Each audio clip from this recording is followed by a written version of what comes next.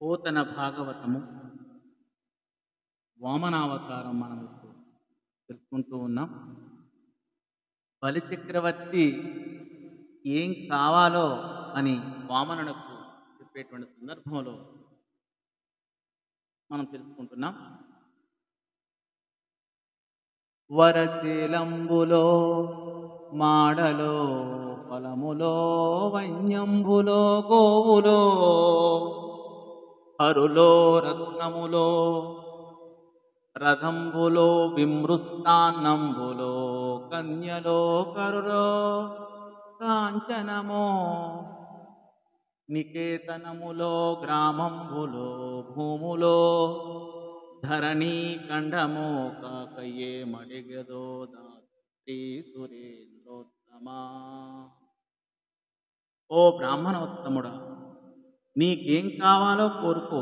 మేలైన వస్త్రముల, డబ్బుల, పండ్ల, అడవి సంపదల, గోవుల, గుర్రముల, రత్నాల, రథాల, మంచి ఆహారాల, కన్యల, ఏనుగుల, బంగారమా, భవనాల, గ్రామాల, పొలాల, భూభాగాల, లేకపోతే ఇవి కాకుండా ఇంకేమైనా కోరుకుంటావా అని ఈ పద్యభావము.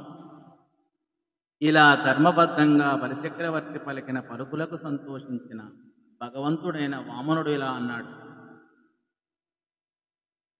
ఇది నాకు నెలవని ఏ రీతి పలుకుదు, నొకచోటనక ఎందు నుండ నేర్తు, ఎవ్వని వాడనంచేమని నుడువుదు, నాయంత వాడనై నడవనేర్తు, నీ నడవడి అని ఇట్టు అక్క నింతు, భూమి ముప్పోకలా గోవనేత్తు, నది నేత్తు నిధి నేత్తునని ఏల చెప్పంగా, నేరుపులన్నీయో నేననేత్తు, నొరులుగారు నాకు నురులకు నేనౌదు, నుంటివాడ జుట్ట మొకడు లేడు, తిరియు తొల్లిగలదు చెప్పెదా నాటెంకి,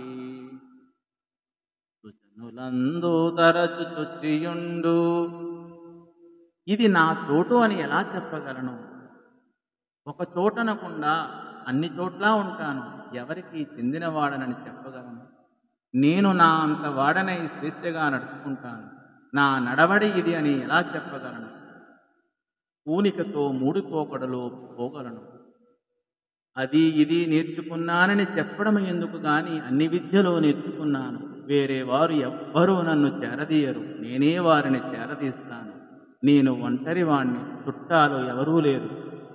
ఇంతకు ముందు నాకు సిరి కూడా ఉండేది, ఎక్కువగా నేను మంచివారితో కలిసి మస్తుతూ ఉంటాను, ఇదే నా నివాసము అని ఈ పద్యభావం.